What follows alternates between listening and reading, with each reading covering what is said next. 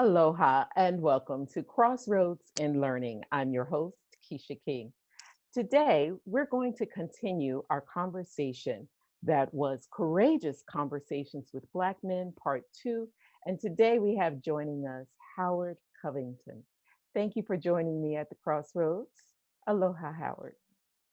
Aloha, Kecia. How are you today? And I'm aloha to doing. your viewers. Yes, thank you. Thank you so much for joining us.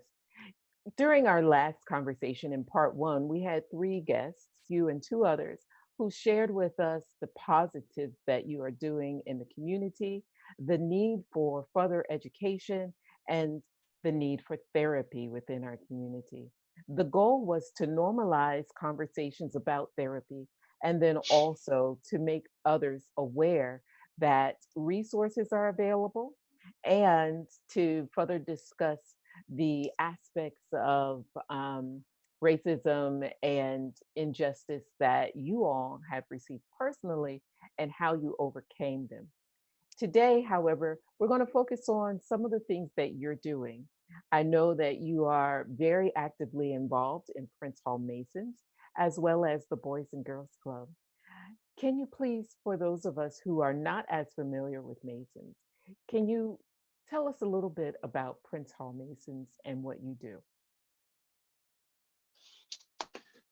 So Prince Hall Masons, so basically what we overall is to do is to take our men within our community that join the organization and to help develop them with the learning skills to be a productive member in society. Um, we do this by some teachings from the Bible, do different Bible verses where we just how those relate to you in general, and a lot of things are through symbolism. So when we talk to them, it's relating that information so they can take it as a member organization and then apply it as a member in society so that they can be productive citizens and then help one to teach one, help one, right? And so we always say iron sharpens iron. So we want to make sure that we develop the best type of situation that they're going to be in, as far as brotherhood, sisterhood, friendship, and brotherly love. And then at the same time, some things that we have challenges with as men and women are communicating. So, because we're all from different walks of life, right? So being able to come into an organization where you're used to doing something one way and they're another used to doing something a different way. But the goal is to do something that's bigger than you, right? So how do we put these great minds together successful? And that's just one of the teachings that we do. We focus on our community. We focus on our the issues that are around, like homelessness and our children, making sure that we're giving back, doing community service. And then also when we do not only community service, but helping out with our outreach as well. Like one of the programs that we have here in Hawaii is to a rice drive that we have developed that we do annually. And we collect the rice to the Hawaii Food Bank, which was very fortunate for this year because of what happened with the COVID-19. And then as also, if you're not aware, that the Hawaii Food Bank was vandalized and broken into. So that being one of our annual initiatives helped out a great. And before COVID-19 had hit, we had already collected around 6 or 7 thousand pounds of rice that we had turned over to the Hawaii Food Bank. So, and then we have our members that feed down at the homeless shelter, and we have the different homeless shelters, and then we do have some local chapters that work with some of the battered women's shelters as well. Mhm. So you do a lot in the community. About how many members of the Masons do you have here in Oahu? Currently on our rolls, we have about 300 men and about 150 women that are on our rolls actively involved. That's on island and off island. Okay. And then how large is the organization as a whole, nationwide or even internationally, if you know? So, so it's internationally known because we're in all 47 states, I believe it is now. And then we have lodges and chapters that are in like Germany, Korea, Japan, Guam. And this is just Prince Hall Freemasons as a whole across the continental United States and the globe. Wonderful. And what is your role here locally? Locally here in Hawaii, I'm the president of the Prince Hall Freemasons here in Hawaii. In the public, it is known as the Grand Master. Is the position that I hold. So overseeing all the different lodges and chapters that are in this sovereign state of Hawaii. Wonderful. Now, I know that this is an organization that is both for men and women, but it is also open to all races. So this is not a Black organization or obviously not a whites only organization. This is something open to all races, correct? And that's one of the reasons why the Prince Hall um, Freemasons organization was organized, because Prince Hall, who is the founder of Prince Hall Freemasons, could not join the white organization of white Masons back in the 1700s. So he petitioned to start his own lodge. And there's a lot of history behind that. But I always coin him as being the first abolitionist in the Freemasonry. So he was all about bringing people together, educating our colored people in schools. He was very diverse in so many things. And the ideal of him is what we try to keep alive. Wonderful. Well, I think you're doing a phenomenal job. I have seen you all collecting donations or supporting in other ways, giving at the food bank. And I've been a part of some of those teams. But more importantly, I've seen hundreds of people that have been served through you all's efforts. So thank you for that. It gives lots of people an opportunity to volunteer. Um, and I don't know if there's a requirement for a number of hours of volunteering, but you guys do quite a bit. Talk to us about how much effort is put into the volunteering. Yeah, we it's the countless hours of volunteering that is done. They have set schedules of organizations that they volunteer with, like the Next Step Shelter, IHS, a few other organizations. The Salvation Army is one that we volunteer with annually. Um, we also participate in some of the local festivities, like the Martin Luther King parade every year. We're a part of that to show our Mhm, presence, and so people know that we are here on the island as well. Uh, mhm. the one thing that you spoke about earlier with the Boys and Girls Club was I was approached by someone that was a military friend of mine and asked me to come down and do a volunteer service there, where we put up security lights around the Boys and Girls Club, and we did some a mural and some painting on the sidewalk down there for some hopscotch and things like that for the KK to enjoy. So that's where I got engaged and involved with the Boys and Girls Club here in Hawaii. But it kind And of which goes back. further. It's the one here in Ever Beach, the Holly Pono Ever Beach Club, Boys and Girls Mhm. Club is the one that I'm the president of the board there, which I was took that position maybe 2 weeks ago, which I'm excited about being a part of that as well. Mhm. And even there, um, working with the kids it's a phenomenal thing to do.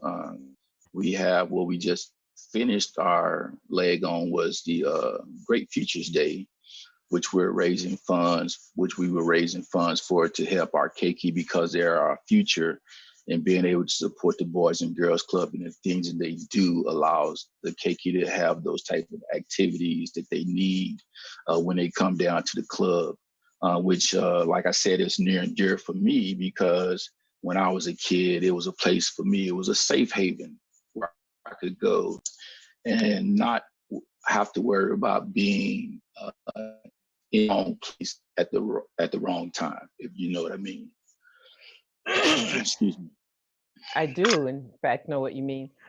We have several different Boys and Girls Club chapters all throughout the United States. I remember years ago, there was a commercial for Denzel Washington talking about how his participation in the Boys and Girls Club changed his life, and he went back and always tries to support. So you are definitely doing the right thing at the right place at the right time now. So thank you for those efforts. Talk to us about um, with the Boys and Girls Club. I know you just briefly mentioned that you have, is it a futures ball or campaign rather? That is Well, because the campaign called the Great Futures Day, Great and, Futures Day. and right, and so the basically Great Futures Day alludes to the children are our future, so we have to invest in them. In the Boys and Girls Club, they do this annually, and the campaign starts around March every year and Okay. runs for about a couple of months. But since COVID-19 hit, we were allowed to extend it out a little longer. So now, But if we did people quite wanted, I was going to say, if people wanted to make a ahead. donation to that, talk to us about that. How could they go about it?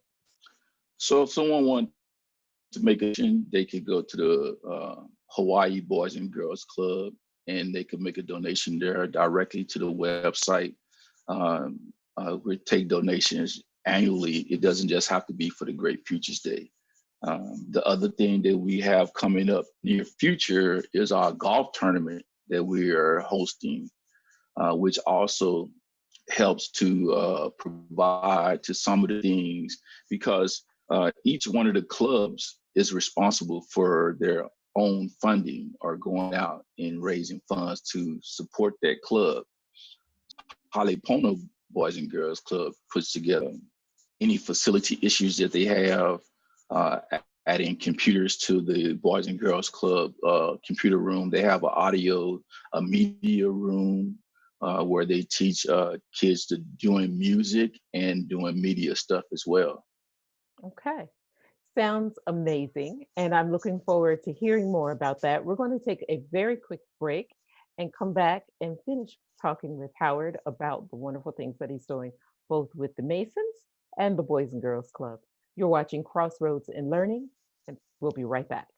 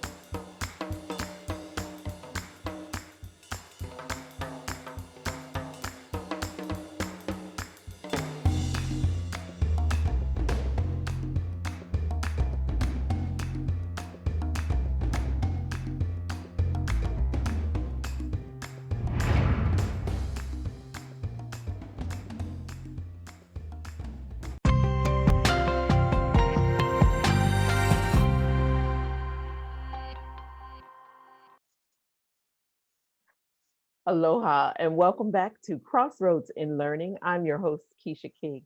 Today, we're having another courageous conversation with Howard Covington as he's sharing with us his involvement with the Masons, the Freemasons, and also the Boys and Girls Club. So, Howard, just before our break, I wanted to ask you about uh, the fundraising that you are doing for the Boys and Girls Club. What is it called and what is it for? Well, the fundraising, the campaign that we had was called Great Futures Day, and the Great Futures Day was uh, is a program a campaign that was put together to support the Boys and Girls Club across the Hawaiian Islands. So annually, what we do is we request donations, and the Great Futures Day is to support each clubhouse for the needs they have in order to better have the things that the children need when they come to the club. Um, because each clubhouse is responsible for making sure that the club is up to standard in the different facilities. So, for example, the Halepono Club right now, one of our things that we're trying to do is fix the air conditioning. So those funds that we raise are go towards helping to get those repairs done. And yeah, I just had a board meeting, and it's like $84,000 to put in a new AC system at that clubhouse. So if you're out there and you want to make a donation, go to Hawaii Boys and Girls Club and click on Halepono, and we'll be happy to receive the donation. Or if you're versed in air conditioning and HVACs and you want to offer your services as a volunteer, contact me. My name is Howard Covington. I can be reached at 808-341-0283. And my email address is hcovington21@gmail.com. Excellent. Thank you so much for that. For those of you who would like to make a donation, I want you to know this is going to a great cause for young people, our keiki, right here on this island and the other Hawaiian islands who participate in the Boys and Girls Club. This is a great opportunity to give back, as Howard has been doing. Again, that is the Hawaii Boys and Girls Club. So please go to the website and check that out for your opportunity to give back. So, Howard, we've mentioned two organizations that you're heavily involved in as a way of giving and giving back to the community, but it also is a way for you to share some of your knowledge and experience with others. Um, we spoke very heavily on education. I know at one point you were considering the field of education. What are Yes, what are your thoughts on it now? This is an education show, and we are just about ready to head back to school after a time and a half we had with COVID-19. Talk to us about your thoughts on education in Hawaii,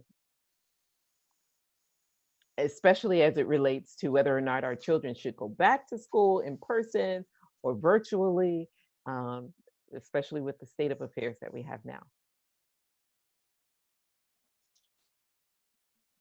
I think that the way the state has and the education system has set up some of I guess the capabilities that they will have where students can attend school either virtually or in person. I think that the parents need to be aware of the what could possibly happen if their child is exposed to the COVID-19. So me personally, I mean, I don't have any kids in school right now, but my nieces and nephews are, so I wouldn't want them to be exposed to that type of uh, crisis. And because they don't know, kids just they go to school, they want to play, they don't want to keep their mask on all the time, things like that. Mhm. If there's a safer way for it to happen, uh, I think we've proven over time that educating someone doesn't always have to be, uh, they don't always have to be physically butts in seats, Hmm. in Hmm. a classroom, Hmm. right? We can have that same teaching mechanism via the same way we're in right now. Hmm. Uh, they just have to come up with something that is conducive and that would keep the children's attention. Yeah. I'm sure whatever they were developing during the COVID-19, they're going to go back and look at that and see how they can better implement it so that in the future, if something should happen, they're already be prepared. Yeah. I agree. Our Board of Education as well as Department of Education have worked really diligently with teachers and parents and business leaders throughout the state to really come up and develop a way of better reaching our students. During the initial stage of COVID-19, we were mandated to be online. There was no possibility of anything else. Now, however, we do have an A-B schedule that most schools are following, and we're working very hard with parents who are teachers, um, who may have children that are of school age, who may be out of school while they're teaching school. So there are a lot of balls in the air that everyone must juggle in order to determine what's best. But I think, as you stated, we have to be innovative. It's not your typical butts in the seats right now. Um, have you heard or are you aware as to whether or not the Boys and Girls Club will be offering services to meet the needs of those parents whose children are out of school? So that's a great question because during the COVID-19, we didn't stop, right? With the clubhouse, we didn't have actual KK in the clubhouse, but we did do virtual things virtually to help keep the children entertained. We also passed out hot meals because we knew that the KK were going to be home during school during this time, which is a time where they're normally not home. Mhm. They're actually at school, so we were able to have someone donate hot lunches, and it's still going on right now. Every day between 10 and 1 o'clock here at to KK. The family members can come up and pick up the meals for them. Wonderful. So it's good to know. I'm not sure if all of what you said came through clearly. There seemed to be just a little bit of technical difficulty. But overall, you stated that you are offering meals through the Boys and Girls Club and that you did not stop offering meals when school was in session or was out of session because of COVID-19. Is that correct? But we didn't stop keeping the activities. We found a way to virtually offer the activities to the children in their homes, to the families Mhm. that were able to virtually dial in. I mean, go on to virtual and do different things at home during COVID-19. Excellent. Well, I think everyone pitched in at that time and provided some type of service, like you said, some type of virtual activity. Food was being offered, and there was this level of understanding and a willingness to cooperate with one another that was so helpful at that time. That I think, again, that's what is going to have to take this fall as we get ready for that. One final topic that I didn't mention that we'd like to talk about, just uh, one quick thought, politics. As we are preparing for, yeah, we're not going to go deep.